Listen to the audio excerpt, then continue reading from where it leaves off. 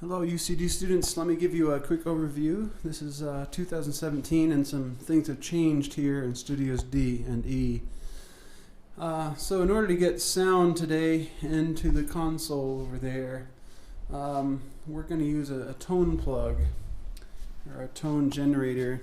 On this Behringer cable tester there's a setting that allows us to create a tone, so it's going to be constantly generating maybe a 1,000 hertz tone or something like that, just constant ooh, and so that sound is going to come out of this XLR.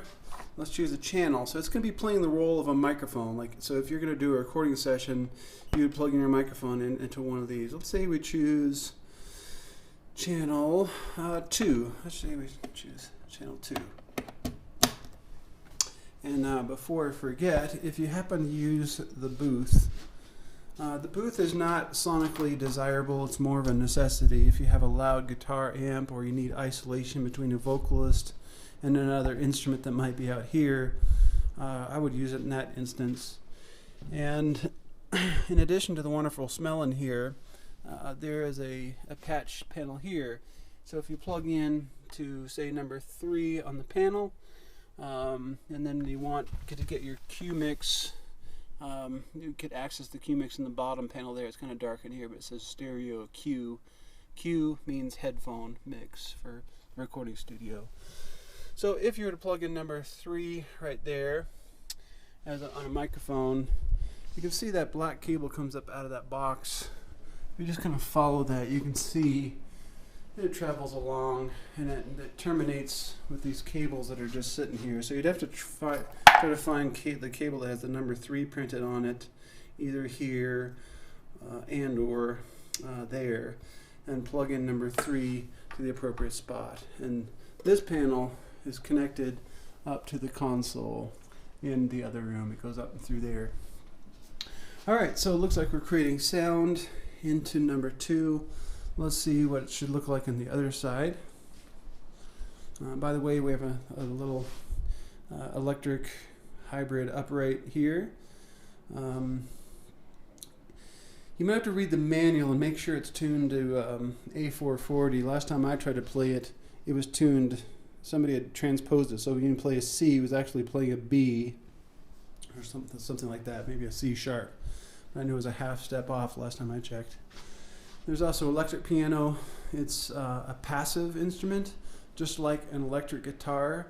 So there's not an on switch or anything like that. You would just take the output into a direct box, and then the direct box would connect with XLR to your patch points there. But I haven't test driven that for a while. I'm not sure what kind of shape it's in.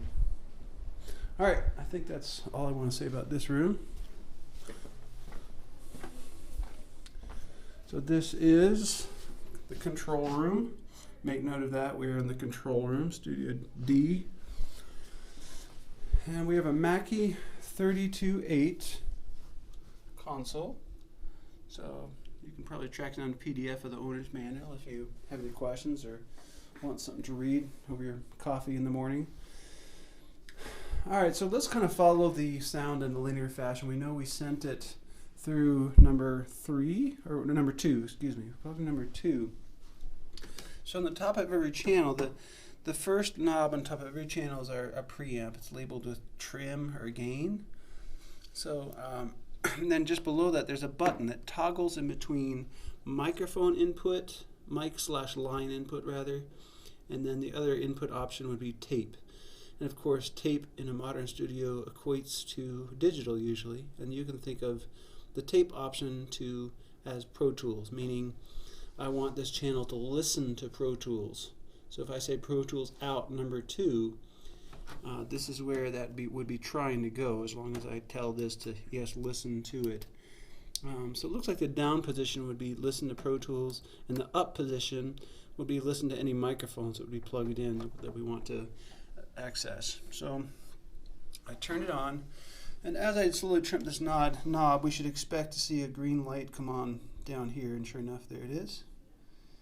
With a lot of microphones, the level we should expect to be on the preamp should be between 70 and 90%, depending on what type of microphone it is. And if we pull this up to this unity position with the big line. It should be pretty close to the big line here. And if it's not, you might want to adjust the input gain a little bit. Alright, so there's our input gain. This is our output level. The 5 buttons here indicate the output for this channel. Typically in the studio, it's a question of whether you want it to be sent to the left and right mix or not. And today, just quickly, I think we'll take a listen to it. So let's send it to the left and right so we can hear what it sounds like coming into the channel, even before Pro Tools. Let's hear what it sounds like just on the console. So that's where that output of a left and right mix would send it. And in terms of hearing these speakers, these monitors, I would go to the section that's labeled monitor. It's kind of on the right side here of all these similar looking sections. And you'd have to choose your source. There are all kinds of different options. The very top one is labeled as left and right mix. So I'm about to press it down, but I want to tell you guys about common mistakes I've seen or heard. And if you're about to push a button that might release sound, you want to make sure that you don't have every knob turned up all the way, creating a bunch of sound, because you might be about to blast the speakers with one push of a button. So make sure to turn something down before you push a button that might release the sound, so that we get a huge 120 decibel screech. So now we'll push the button. There it is. And you can adjust that level here. The volume for our speakers is with the control room knob. Looks like somebody has started to turn up the studio knob. And in your final exam, that will lose you 10% of your grade because we are not in the studio. We are in the control room, so you should turn up the control room volume. And the reason why this is so important to not turn up is if you turn this up, you could be sending sound into a world that's right next to our condenser microphones and stuff like that. You can get feedback or really weird recordings, and that's not good. So make sure the studio volume is all the way off. Monitoring source is left and right mix, and if we want to hear it, we can turn that up. Cool. Well, let's go to the Pro Tools side and take a look. We're going to tell this channel 1 and 2 to not go to, or the channel 2 to not go to left and right mix, so we're not hearing it anymore. So we'll take that sound, we'll see if we can get it into the computer. If you look at the interface here, the Orion interface, you'll notice that little green line.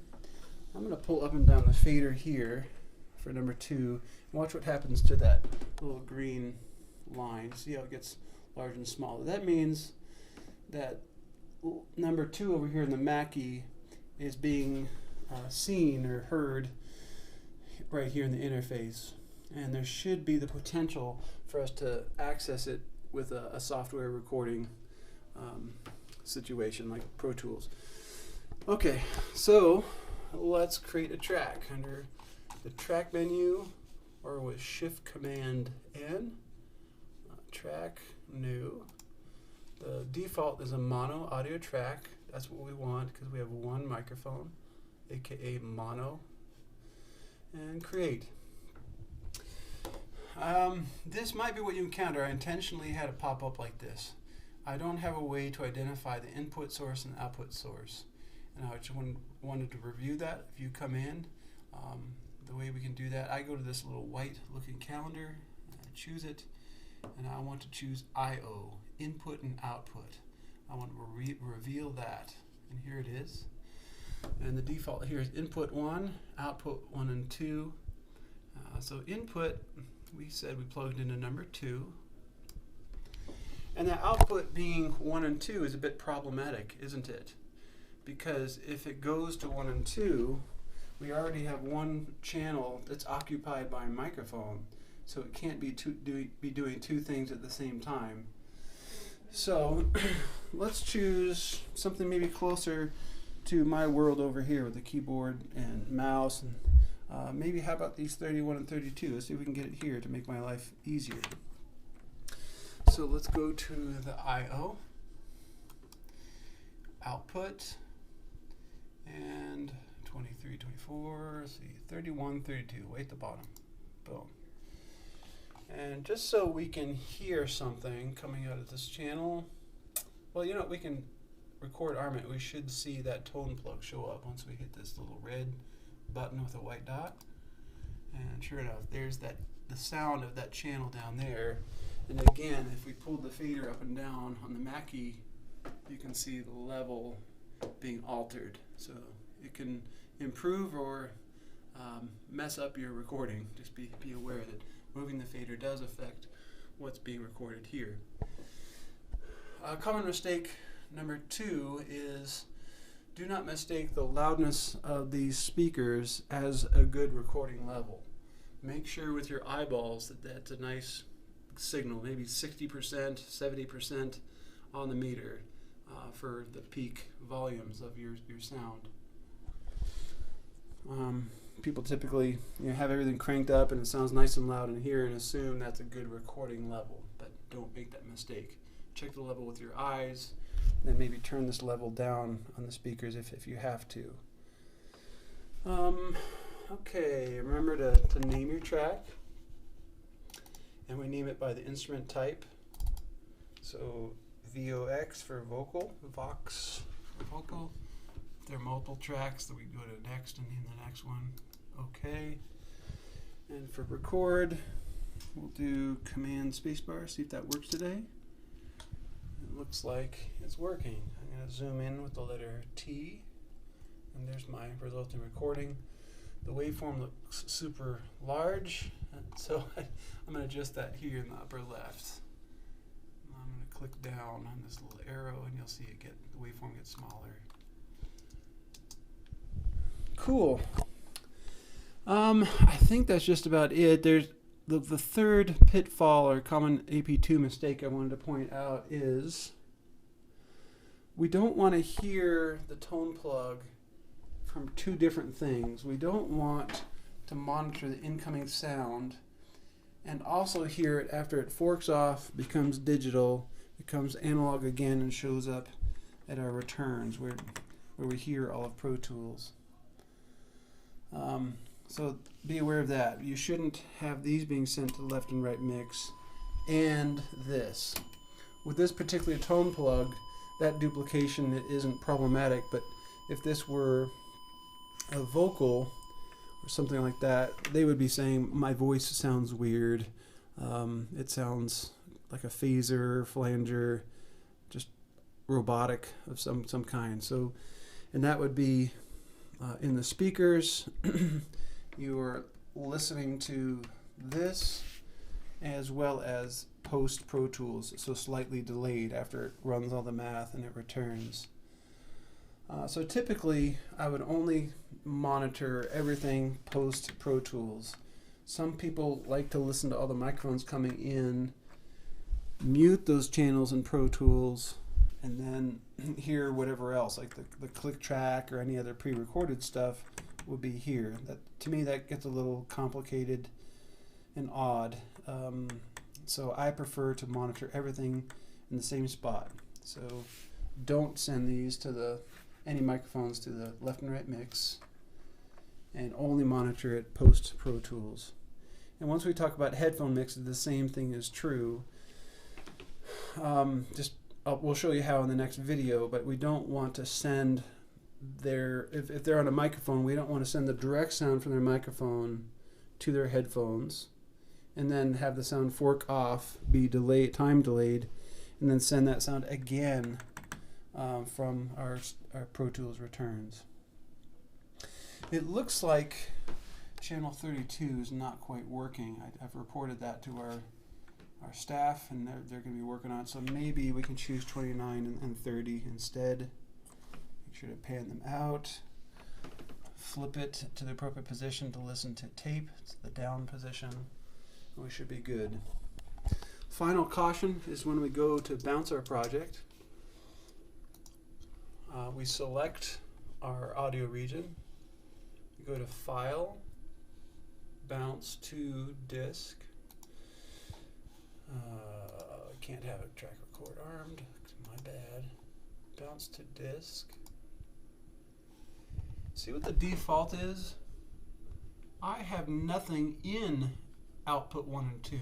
All my tracks are going out to 3132 currently. So I am on the verge of creating a project of silence. I'm making a wave file of silence. I have to match the bounce source to whatever I chose on the Mackie, whatever I'm using for my main output. If I said 3132, this should be output 3132. And then the rest is pretty intuitive for you tech-savvy people. Make sure it's interleaved, not multiple mono. Multiple mono would be bad, or mono-summed. Make sure it's interleaved. And then 1644. Offline would bounce it. It would just kind of crank through the math. You wouldn't hear it. You'd kind of see it scroll through the project and create a file. If it's not offline, it's going to play it as it bounces your project to a stereo file. All right, I hope that's helpful, and I'll make another video in terms of creating cue mixes in the near future. All right, see you guys.